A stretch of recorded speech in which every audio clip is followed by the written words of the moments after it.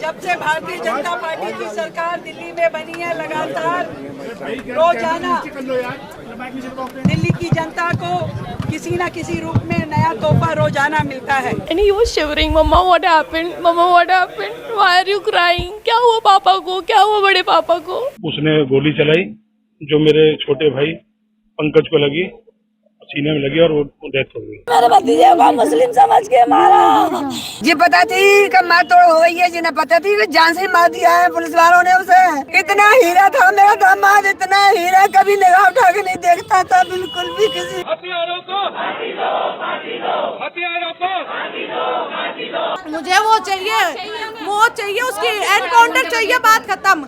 Encounter कर दो, मेरे भाई को सुकून मिल जाएगा, हमें सुकून मिल जाएगा। मोदी जी ने कहा है तेरे को मुख्यमंत्री बनाया, माला पहनने के लिए नहीं बनाया, काम करने के लिए बनाया। आप समझिए कि दिल्ली के इतिहास में अब एक नया अध्याय लिखा जाने वाला है। दोस्तों, आज आपको दो दिल्ली दिखाते हैं। एक वो दिल्ली जो गोदी मीडिया और मुख्यमंत्री रेखा गुप्ता की बातों में बसती है, जहां सब कुछ शानदार है, कानून व्यवस्था मजबूत है, महिला सुरक्षित है और सरकार हर मोर्चे पर सफल है।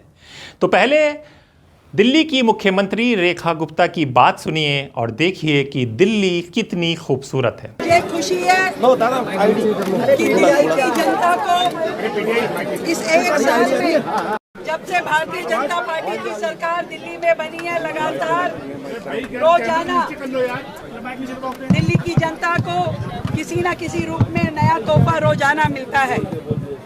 कभी पॉलिसी के रूप में, कभी काम के रूप में, कभी निर्माण के रूप में, कभी प्रशासनिक सुधार के रूप में। तो यही बात गोदी मीडिया आपको दिखाता है, यही बात सब जगह छपती है और यही बताई जाती है। लेकिन अब दूसरी और असल दिल्ली, जहां सड़कों पर गोलियां चलती हैं, घर के अंदर बेटियां सुरक्षित नहीं, पार्किंग के झगड़े में जान चली जाती है, हिरासत में मौत पर परिवार इंसाफ की भीख मांगता है और महिला को खुलेआम अपमानित किया जाता है। ये बात कुछ अपनी तरफ से नहीं है, ये बात कोई मन घड़त नहीं है, ये वो बातें हैं जो दिल्ली में चल रही हैं। जी हाँ, आज सवाल यही है, दिल्ली में इतने मर्डर क्यों हो रहे हैं? जी हाँ, इतनी हत्याएं क्यों हो रही हैं? हम भी पिछले कुछ महीने से लगातार मर्डर की स्टोरी कर रहे हैं।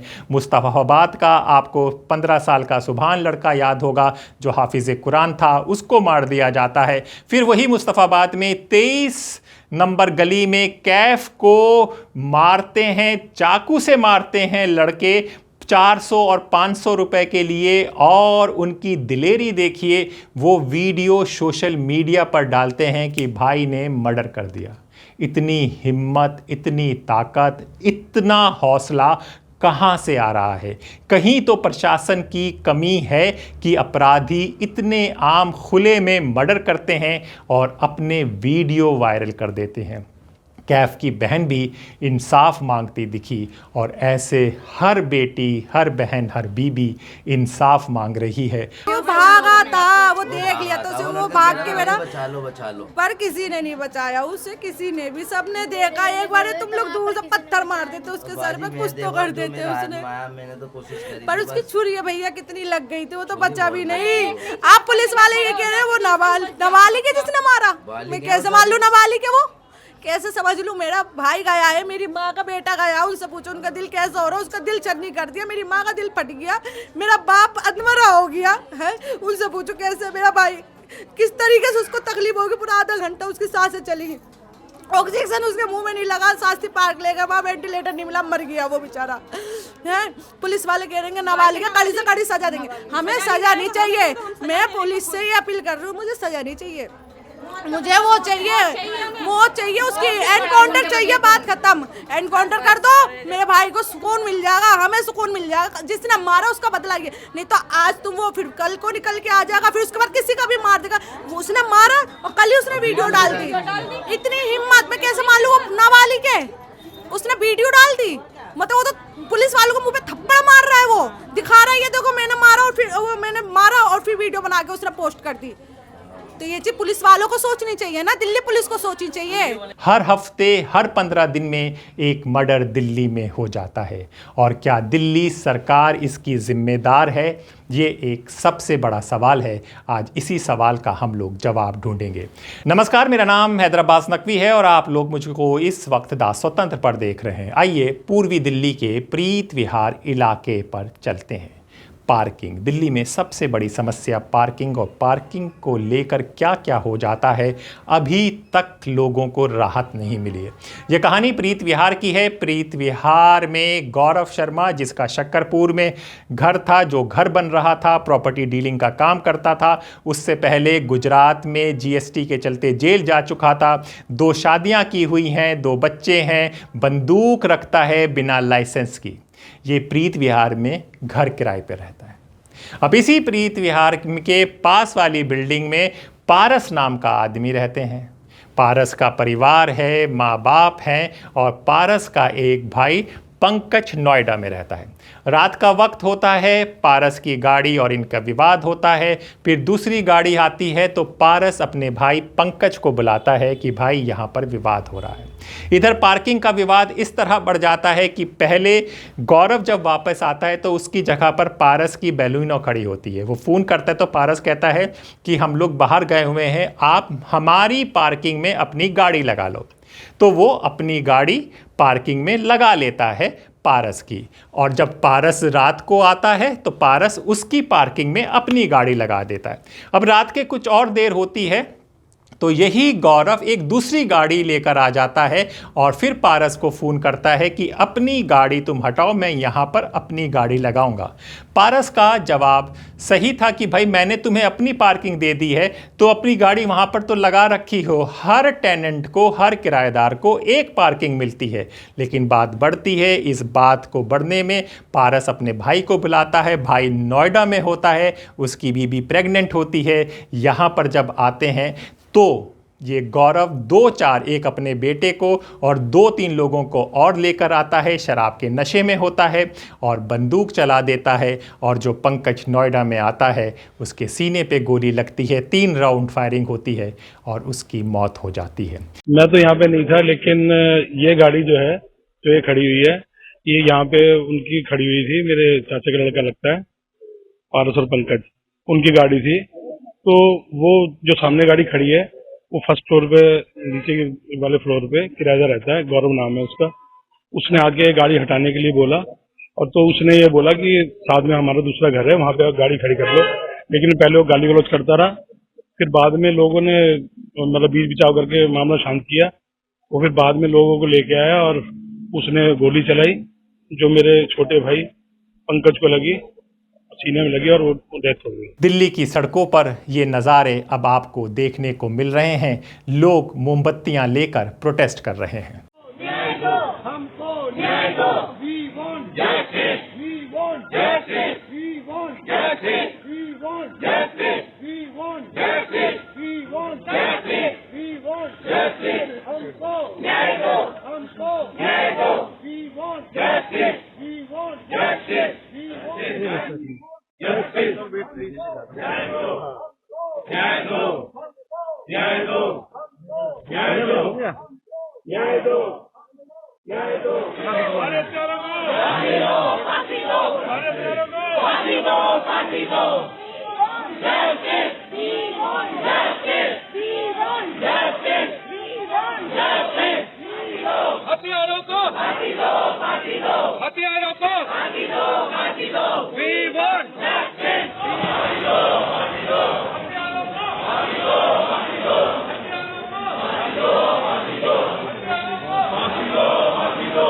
We want justice. We want justice. We want justice. We want justice. हथियारों को फांसी दो, फांसी दो।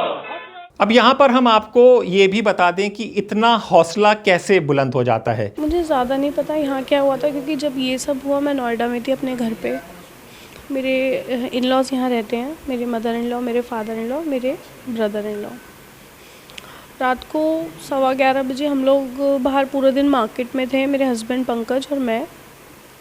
और हम लोग 11:15 बजे जब घर जैसे ही लौटे, हमने जस्ट बैग्स रखे थे और पारस भैया का कॉल आया पंकज के पास कि ऐसे ऐसे नीचे वाले जो हैं वो मेरे को गालियाँ दे रहे हैं, अब्यूज़ कर रहे हैं कॉल करके। पारस भैया भी घर पे नहीं थे, वो बाहर थे अपने फ्रेंड के साथ और मेरे घर पे इस टाइम कोई नहीं था। मेरे mother in law father in law wedding attend करने जिम कॉर्बेट गए हुए थे। उस दौरान पहले पारस भैया ने जो पंकज को बताया कि 1 घंटे पहले भी इनका कॉल आया था, जो गौरव हैं जिन्होंने पंकज को शूट किया है, उनके भतीजे का, कि कार के लिए कि कार हटवा दो, मेरे को कार पार्क करनी है अंदर। तो भैया ने कहा मैं बाहर हूँ, चाबी मेरे पास है, मुझे 1-1.5 घंटा लग जाएगा, तब तक आप एक काम कर दो, बराबर वाले घर में हमारा पार्किंग है, हमारा फ्लैट है, आप उधर पार्क कर दो। तो उन्होंने अपनी कार वहाँ पे पार्क करा दी। 1 घंटे बाद उनके भतीजे का दोबारा कॉल आया और वो भैया से बदतमीज़ी से बात करने लगा और उसने बोला मेरी दूसरी गाड़ी पार्क होनी है, अपनी गाड़ी अभी की अभी हटाओ। तो भैया ने कहा पहली बात तो कि आपकी एक कार की पार्किंग है, मैंने वो करा दिया। 3-3 कार उन्होंने रखी हुई है, जबकि वो टेनेंट है। या पार्किंग ही टोटल 4 कार की है और अकेले टेनेंट होकर जिसमें 4 फ्लोर्स हैं, उन्होंने खुद की 3 कार्स रखी हुई हैं। और आज से पहले कभी हमारी कोई भैया की, कभी मॉम डैड से कभी कोई पार्किंग का इशू हुआ ही नहीं है हमारा। कि होता है कि पहले कभी कुछ हुआ हो तो समझ आता है कि उनको बहुत गुस्सा था जो उन्होंने निकाला, कभी कुछ कॉन्वर्सेशन ऐसी हुई ही नहीं। पारस भैया ने बताया कि ऐसे ऐसे वो बहुत उल्टा सीधा बोल रहा है, बहुत अब्यूजिव लैंग्वेज यूज़ कर रहा है। तो पंकज ने बोला कि आप बात मत करो, आप मेरे को नंबर दो उनका, मैं उनसे बात करता हूँ, थोड़ी सा सॉर्ट आउट करने की कोशिश करता हूँ।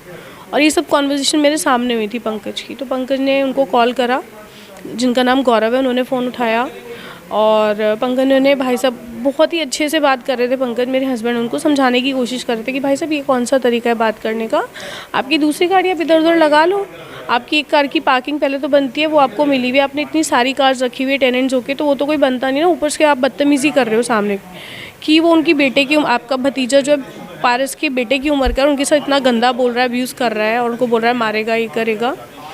तो वो अपनी कॉन्वर्सेशन में बहस में लगे हुए थे और गाली गलौज कर रहे थे। तो फिर मेरे हस्बैंड ने भी मेरे हस्बैंड को उन्होंने पलट के बोला कि मैं तेरे बाप का नौकर हूँ, समथिंग, ये मैं तुम्हारी गाड़ी हटाता हूँ, पूरा दिन ये करता हूँ। तो पंकज ने कहा ये तो आप बिल्डर फ्लोर में रहते हो तो सबको ही करना पड़ता है, अगर हम जाते तो हम भी आपकी कार की की लेके हटाते हैं, आप जाते हो तो आप भी करते हो, हमने आपको नहीं कहा कि आप हमारी कार हटाओ या ऐसा कुछ करो। तो यहाँ से कॉन्वर्सेशन थोड़ी आगे बढ़ी, बहस में बदली। तो उन्होंने पंकज को धमकी दी कि तू आ, तेरे को मैं बताता हूँ, दिस एंड दैट। पंकज ने कहा ठीक है मैं भी आके देखता हूँ। तो पंकज बस इतनी बात करके 5-10 मिनट की कॉन्वर्सेशन थी। पंकज ने कपड़े चेंज करे और घर से निकल गए, भैया नोएडा से प्रीत विहार के लिए निकल गए। तो मीनवाइल जब पंकज घर से निकले तो वो पारस भैया के साथ कॉल पे थे, क्योंकि पारस भैया प्रीत विहार वापस आने लगे थे, he was on the way. तो पंकज जस्ट नोएडा से गाज़ीपुर तक पहुँचे थे और पारस भी उससे पहले आके कार हटा के उनको नीचे बुला के उनकी कार पार्क करा चुके थे। उनकी पूरी फैमिली नीचे आ गई थी, अच्छी खासी बहसबाजी, लेकिन पारस भैया ने उसको सॉर्ट आउट करके वापस पारस भैया ऊपर चले गए। तो सब कुछ सॉर्ट आउट हो गया था। सब कुछ सॉर्ट आउट होने के बाद पंकज जब गाज़ीपुर पहुँचे तो पारस भैया ने बोला सब कुछ सॉर्ट आउट हो गया है, मैं ऊपर आ गया हूँ, तू घर वापस चला जा। तो पंकज गाज़ीपुर से वापस आ गए नोएडा घर। उन्होंने कार पार्क करी, he was about to call the lift. इतने में गौरव ने वापस पंकज को कॉल किया और उनको बहुत गंदी गंदी गालियाँ देने लगा कि तू आ, तू कहाँ रह गया, तू छुप क्यों रहा है, आना, तेरे में इतना दम है, और अगर तू एक बाप की औलाद है तो 100 नंबर पे कॉल मत करना। ये सब उनको बहुत कुछ बोला। तो पंकज, एक होता है कि उन्होंने कहा ठीक है मैं डरता थोड़ी हूँ, आ जा तू। तो उसने कहा ठीक है तू रुक, मैं नोएडा ही आता हूँ, अपनी लोकेशन भेज। तो पंकज ने उनको अपनी लोकेशन भेजी हमारी सोसाइटी के बाहर की, और वो वेट करते रहे। अब जब वो वेट कर रहे थे 1:45 बजे के आसपास रात को, मेरे हस्बैंड का मेरे को कॉल आया कि ऐसे ऐसे मैं तो गया था और उन्होंने मुझे सारा सिचुएशन बताया कि गाज़ीपुर तक गया था, वापस आ गया, वो इधर आने की कह रहा है, तो आई एम वेटिंग। तो मैं थोड़ा घबरा गई कि आप अकेले क्यों वेट कर रहे हो, you should avoid this situation. तो उन्होंने कहा नहीं बातचीत ही होगी, ऐसा कुछ नहीं होगा, डरने की बात नहीं है। भाई को भी मैंने बोला है, भाई और आदित्य भी आ जाएंगे जो उनके फ्रेंड थे साथ में। तो मैंने कहा ठीक है आप देख लेना, आप प्लीज़ अकेले मत बात करना, आप भी अपने साथ कोई रखो, क्योंकि सामने वाला किस सिचुएशन में किस प्रिपरेशन से आ रहा है, आपको मारने के लिए आ रहा है, आपको नहीं पता, और पुलिस को कॉल कर लो। पंकज ने कहा ठीक है मैं देखता हूँ। 1:45 बजे मेरी बात हुई थी। उसके बाद मैंने 1:05-1:10 पे उनको दोबारा कॉल किया। तो पंकज ने मुझे बताया कि वो आया ही नहीं है अब तक, और मैं अब प्रीत विहार जा रहा हूँ। वो अननोन रैंडम लोकेशन पंकज को भेज के कह रहा है इस लोकेशन पे आ, नोएडा की कोई रैंडम लोकेशन थी। तो पंकज ने मना कर दिया जाने से कि मैं आपकी ऐसे रैंडम लोकेशन पे क्यों आऊँ, जब मैं प्रीत विहार आ रहा हूँ आपने मना कर दिया, और जब आपने बोला आप नोएडा आ रहे हो वहाँ भी नहीं आए, तो मैं आपकी लोकेशन पे क्यों, अब आप प्रीत विहार ही मिलो। तो वो कहता ठीक है तू पहुँच, मैं आता हूँ। पंकज की पारस भैया से बात हुई, पारस भैया ने कहा ठीक है तू इधर आ जा मेरे पास। तो पंकज 1:30 बजे के आसपास या 1:15 बजे ऊपर भैया पंकज और उनके फ्रेंड आदित्य तीनों घर पे अकेले थे। तो 2:10 पे मेरी बात हुई थी पंकज से। उन्होंने बताया कि हम अभी तक वेट कर रहे हैं, वो आया नहीं है, अभी तक कोई बात हुई नहीं है। और पंकज बहुत ही ज़्यादा थके हुए थे और बहुत नींद में थे। तो उन्होंने बोला मैं बहुत थक गया, मुझे नींद आ रही है, दिव्या मुझे सोना है। मैंने कहा, मैं उनको बोलने लगी थी कि आप वहीं पे ही सो जाओ, कोई बात नहीं, भैया के साथ ही रहो, क्योंकि उनको ये डर लग रहा था कि भैया को कोई हार्म ना हो, क्योंकि भैया अकेले थे, पारस भैया, तो इसलिए वो इधर थे। लेकिन इतनी मेरी बात हो नहीं पाई, उन्होंने फ़ोन रख दिया और कहते ठीक है मैं बाद में बात करता हूँ। फिर 2:10 पे मैंने 3-4 कॉल ट्राई करे। मैं हर 15-20 मिनट में कॉल कर रही थी टू नो द सिचुएशन कि ठीक है नहीं है सब। तब मेरा उनका फ़ोन ही नहीं लगा। मैंने 3-4 कॉल करे, उनका फ़ोन ही नहीं मिल रहा था। तो मुझे लगा शायद लिफ्ट में होंगे या वो आ रहे होंगे, कुछ होगा। फिर जब मैंने 5-6 बार कॉल किया तो पारस भैया ने रोते रोते फ़ोन उठाया and he was badly crying and he didn't say anything कि दिव्या मुझे 5 मिनट दे बेटा। He was badly crying. तब मैं समझ गई कि अगर भैया रो रहे हैं, मतलब एक होता है सिचुएशन होती है, अगर वो रो रहे हैं तो there is something will happen.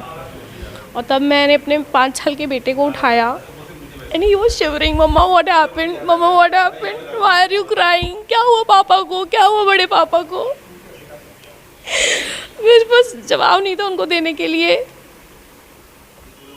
तब मैंने अपने नेबर में कॉल किया जो मेरे हस्बैंड के फ्रेंड है, उनकी हेल्प ली। मैंने बोला मुझे प्लीज़ लेके चलो मेरे हस्बैंड के पास। तो वो रात को 2:30 बजे मुझे वहाँ से लेके निकले और मुझे कोई बता नहीं रहा था, अकेले पारस भैया ही थे वहाँ पर और उनके फ्रेंड थे। मैंने अपने ब्रदर को कॉल किया रास्ते से, क्योंकि वो इधर पास ही रहते हैं, कि उनके पास जाओ, उनसे बात करो, मुझे नहीं पता क्या सिचुएशन है। तब मैं वहाँ पहुँची 3 बजे and Pankaj was lying dead on the stretcher in radix Malik hospital. मतलब क्यों किसी की लाइफ की कोई वैल्यू नहीं है? कोई इंसान इतना ईगो में आके आपको शूट कर रहा है। कहाँ है हमारा लॉ, कहाँ है हमारी जुडिशरी, कहाँ है हमारा सिस्टम? मेरा 5 साल का बेटा है, मैं 7 मंथ्स प्रेग्नेंट हूँ। मैं क्या जवाब दूंगी अपने बच्चे को कि कहाँ है उनके फादर? उनको 2 मिनट लगे गोली चलाने में और एक लाइफ ख़त्म हो गई, एक फैमिली ख़त्म हो गई पूरी। उनकी खुद की फैमिली है, उनको क्या मिला ये करके? उनके खुद के 4 बच्चे हैं उनके। अभी कुछ दिन पहले उत्तम नगर में एक हत्या होती है जिसको सांप्रदायिक रूप पूरा दे दिया जाता है। उसे हिंदू मुस्लिम का तमका पहना दिया जाता है, उसे हिंदू मुस्लिम का लिबास दे दिया जाता है और जो तरुण के माता पिता से मुख्यमंत्री मिल भी लेती हैं और इंसाफ की गुहार लगाती हैं। और जो आरोपी पक्ष होते हैं जिन्होंने तरुण की हत्या की होती है, उनके घर में बुलडोज़र भी चल जाता है। खूब धरना प्रदर्शन होता है, सब कुछ होता है, लेकिन इंसाफ कहाँ होता है, क्या नहीं होता है? लोग पूछ रहे हैं क्या ये सब अब जो पंकज के परिवार को भी मिलेगा? क्या उनके परिवार से भी मुख्यमंत्री मिलेंगी? क्या उसी तरह का इंसाफ बिल्डोज़र गौरव की प्रॉपर्टीज़ पर चलेगा, उसको सीज किया जाएगा? क्या ऐसा होगा? क्या दिल्ली का इंसाफ अब सबके लिए बराबर होगा या वो सिर्फ उत्तम नगर तक ही सीमित था?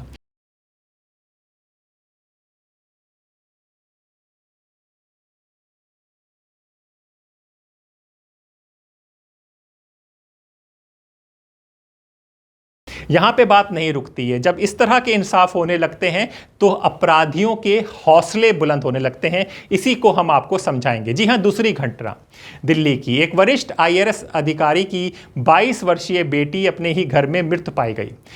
गला मोबाइल चार्जर के तार से दबाया गया। पुलिस को शक है कि हाल ही में निकाला गया नौकर वारदात में शामिल है। CCTV में संदिग्ध को बैग लेकर भागते दिखाया गया और बाद में इसको पुलिस ने अरेस्ट कर लिया। ये पेरेंट्स ने कॉल किया था, फिर हॉस्पिटल से भी इस बारे में जानकारी मिली कि अमर कॉलोनी के कैलाश हिल्स में एक IRS ऑफिसर रहते हैं। उनकी ये लोग सुबह वॉक करने गए थे अपनी वाइफ, जिम करने गए थे अपनी वाइफ के साथ। पीछे से कोई इनके घर में आता है और जब वो वापस 8 बजे आते हैं तब देखते हैं कि उनकी बच्ची जो है वो एक फ्लोर पे बेहोशी की हालत में इनको मिलती है। फिर ये उसको तुरंत स्पॉट हॉस्पिटल में लेके जाते हैं NMC एरिया में और वहाँ पे डॉक्टर उनको ब्लड डेट डिक्लेयर कर देते हैं। इस इंफॉर्मेशन के बाद पुलिस की टीम जो है अपना काम शुरू करती है।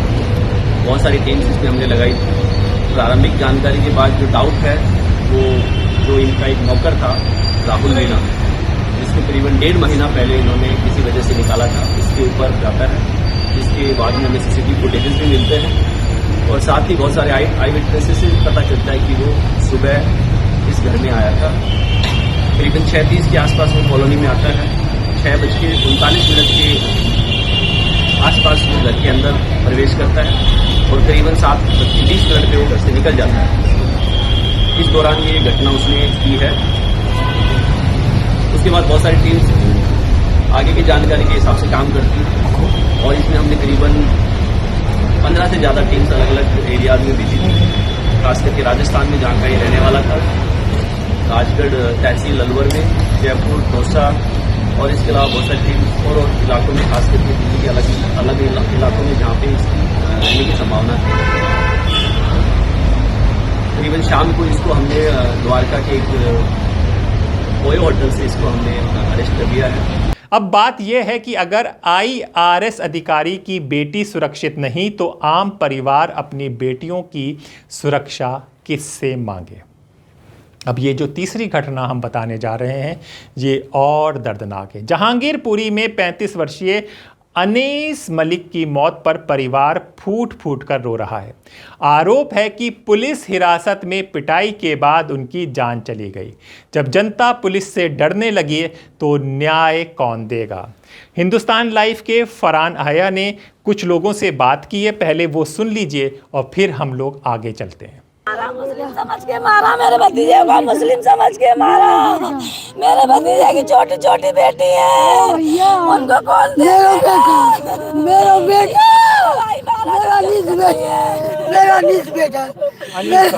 नाम उसका अनीस बताया गया है, उम्र उसकी 35 साल बताई गई है।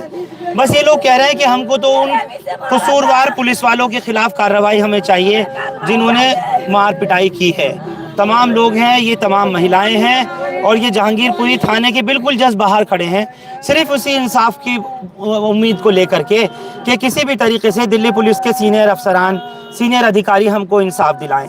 आंखों में आंसू लिए, दर्द भरा ये पूरा परिवार यहाँ पर खड़ा हुआ है। ये बुजुर्ग वालिद खड़े हुए हैं। पूरा क्या वाकया हुआ था मैं बिल्कुल अभी पूछता हूँ। सबसे पहले तो मैं माँ से पूछना चाह रहा हूँ, मुझे ये बताइए ये घर से कब गया था? इसका मंडी में, आजादपुर मंडी में काम था अनीस का? जी, कब गया, क्या हुआ? चला गया 1 बजे गया था मंडी, 2 लाख रुपए लेके गया था। मोटरसाइकिल से गया था, एक लौंडा भी साथ में गया था, चौकी नरेंद्र वर्मा। और क्या चौकी पर उनको रोका, इनकी मारा पीटी करी है, इससे पैसे चुरा लिए। एक लौंडे को इतना मारा, उसको मारने के बाद छोड़ के चले गए। फिर उसको होश आया है, वो मेरे घर पे गया है, बोला आंटी ऐसे समय पुलिस वाले ने पकड़ा है, उस भैया को तो बंद कर दिया, अनीस को खूब मारा, मैं तो बच के आ गया। ये बात किसने बताई कि अनीस को पुलिस वालों ने खूब मारा है? वो लड़का था उसके साथ में, दोस्त जो इसका दोस्त नरेंद्र था वो बता रहा है कि पुलिस वालों ने मारा है। किसको बताई ये बात? मुझे बताइए। फिर मैं उठी सवेरे, मैंने 4 मैं घर पे थी, घर पे आया तो लौंडा घर पे आया था। फिर मैं चौकी गई थी, मैं इधर उधर देख रही थी। मैं चौकी गई, चौकी वाले ने मना कर दी, यहाँ कोई नहीं आया। फिर उस लड़के को लेके मैं थाने आई, थाने वाले ने मेरी कोई सुनवाई नहीं करी। मैं बैठी रही 12-1 बजे तक, मेरी सुनवाई नहीं हुई।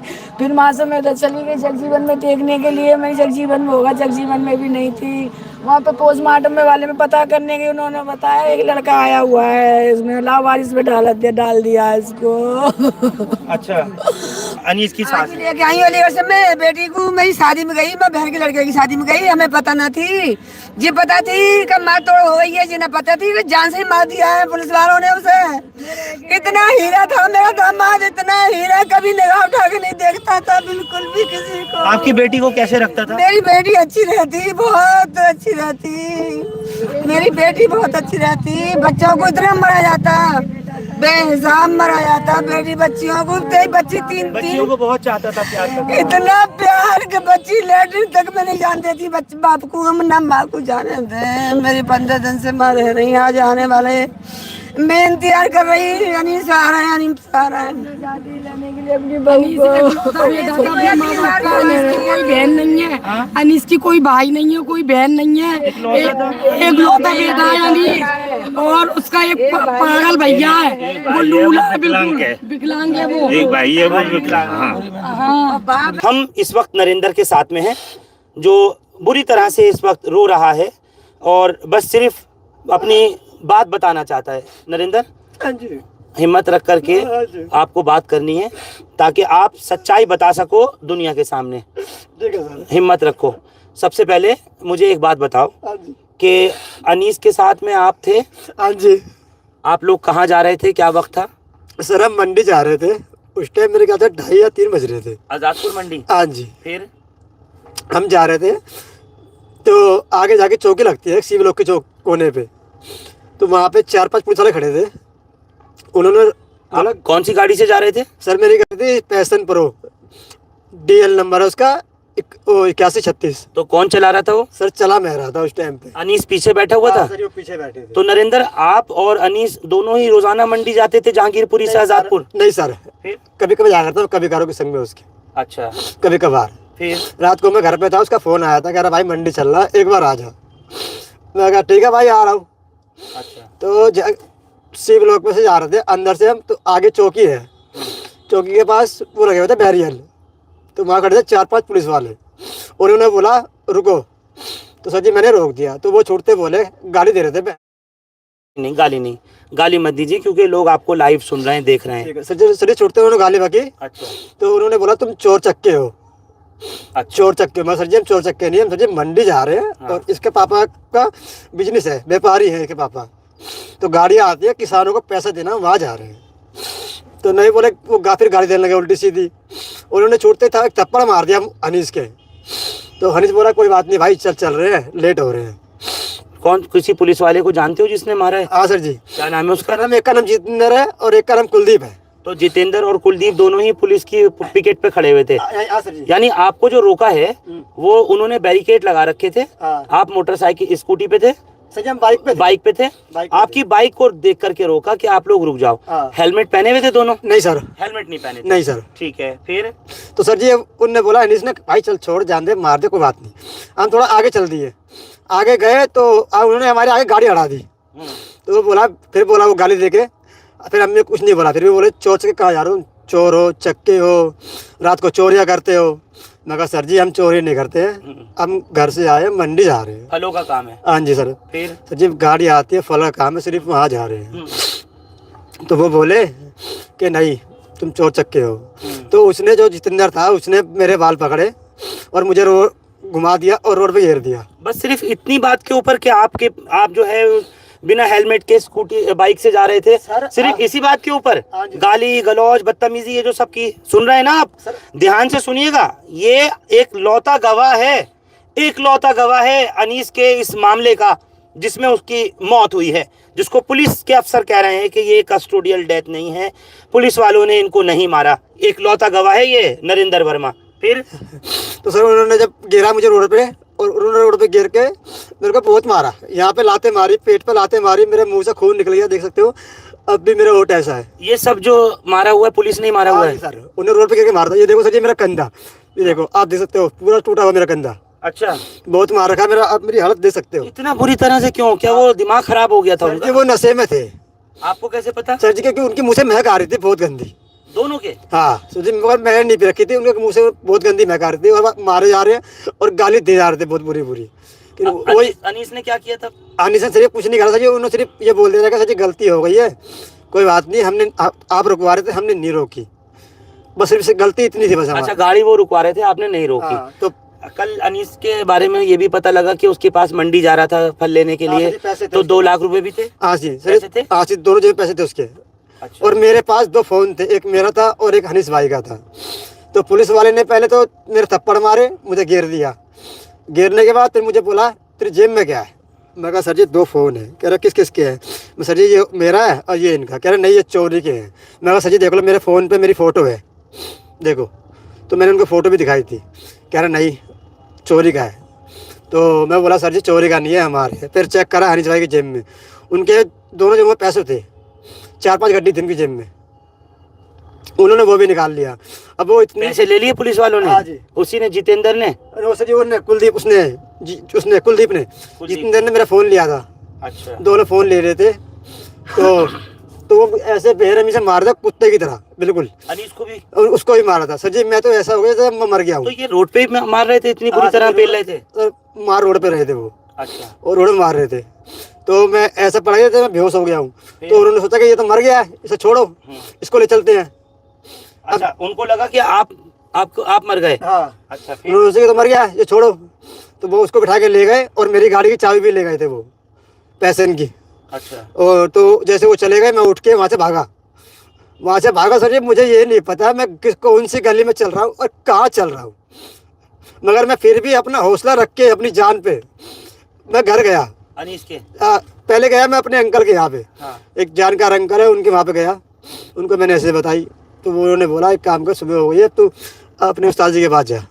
मैं उस्ताद जी के पास गया। उस्ताद कौन है आपके? मेरे उस्ताद जी है नीरज। अच्छा। मैं काम करता हूँ मोटर मैकेनिक का। तो मैं उनके घर पे गया, उनके पापा बोले क्या हो गया बाबू? मैं कहा भाई बताओ उस्ताद जी कहाँ है? वो कह रहे क्या हो गया? मैं कहा बात बताओ कहाँ है? तो उसको अंदर से उठाया, वो भाई कह रहे क्या हो गया? भाई ऐसी बात हो गई, अनीस को मारा और मुझे मारा है। कह रहे कहाँ बताया? कह रहे कहाँ मारा है? भाई जहांगीरपुरी में। तो उन्होंने कहा एक काम कर, चल मेरे साथ। वो मुझे अपने साथ ले गए अनीस की मम्मी के घर पे। अच्छा। अनीस के घर पे। अनीस उस समय कहाँ था? वो वही था, चौकी में। उसको तो ले गए थे। चौकी में या थाने में? चौकी में ले गए थे पहले उसको तो। अच्छा, फिर? मैं तो भाग गया था उसके उठ के। अच्छा। तो मैंने आंटी को बताया ऐसी बात है। आंटी कह रहे किसने मारा था? मैं कहा आंटी मैंने, जितेंद्र नाम है और उसका वो नाम है, क्या नाम है उसका, वो कुलदीप। दोनों पुलिस वालों का नाम आपने आंटी को बता दिया? हाँ। अनीस की माँ को। हाँ। फिर मेरे उस्ताद जी और क्या नाम है आंटी, अनीस की मम्मी, वो दोनों पहले चौकी में गए जहाँ वहाँ लगा था बैरियल, उन्होंने रुकवाया था। उस चौकी में सुबह ताला बंद था। अच्छा, वहाँ से जितेंद्र भी गायब था और कुलदीप पुलिस वाला दोनों गायब? सर वहाँ कोई भी नहीं था चौकी के अंदर, कोई भी नहीं था। उसके बाद इसकी मम्मी और मेरे उस्ताद जी चले गए थाने में।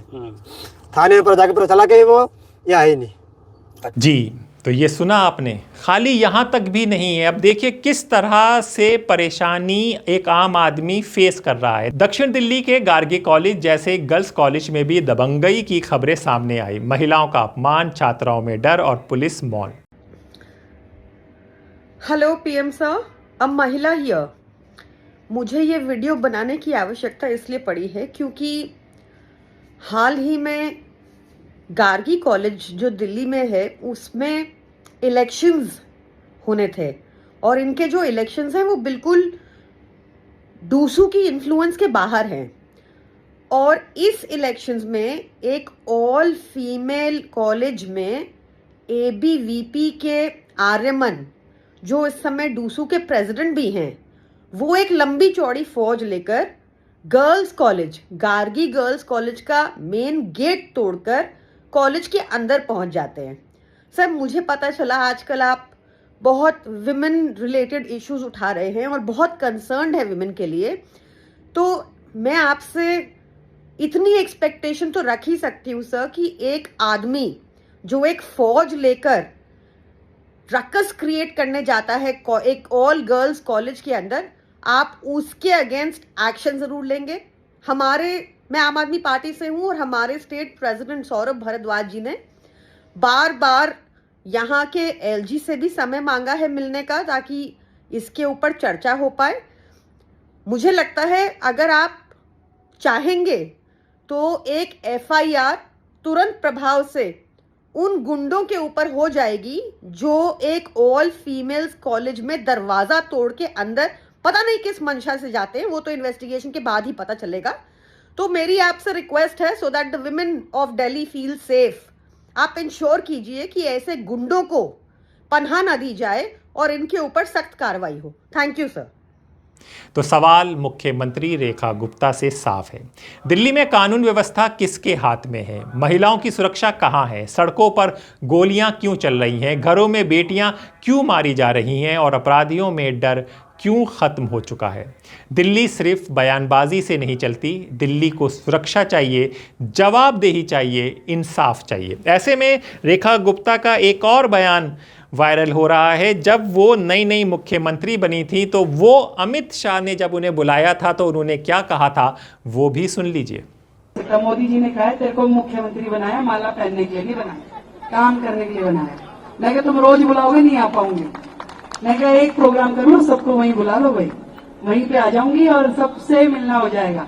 और इसीलिए अधिकतर कार्यक्रम खत्म करके पहुंची, लेट भी हो गई इस चक्कर में। आप समझिए कि दिल्ली के इतिहास में अब एक नया अध्याय लिखा जाने वाला है, जहां डबल इंजन की सरकार जब काम करती है, जब मोदी जी का नेतृत्व होगा और दिल्ली सरकार एक मंच पे बैठ के, उस दिन सब हंस रहे थे, कह रहे देखो भाई आज केंद्र के गृह मंत्री और दिल्ली का मुख्यमंत्री इकट्ठे एक मंच पे बैठे हैं और दोनों मुस्कुरा रहे हैं।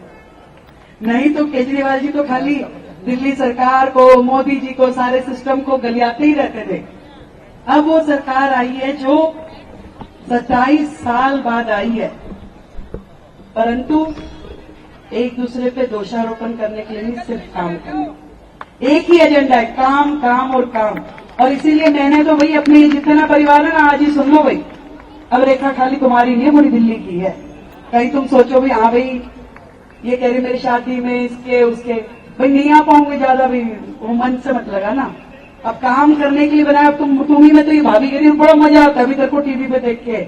मैं कहा अच्छा काम कर रही हूँ इसलिए आता है ना। कह रही हाँ, तो मैंने कहा करने दोगी? कह रही हाँ करने दोगी। तो मैं कहा ज्यादा निमंत्रण मत देना फिर। एक दिल्ली टीवी पर दिखाई जाती है, दूसरी दिल्ली हर रोज़ खून के आंसू रो रही है। अब फैसला आपको करना है, आप किस दिल्ली में जी रहे हैं, आपकी क्या राय है, द कमेंट बॉक्स में हमें ज़रूर बताएं। और अपने दोस्त हैदर अब्बास नकवी को इजाज़त दें। फिर होगी मुलाकात ऐसी किसी खबर के साथ, तब तक के लिए नमस्कार।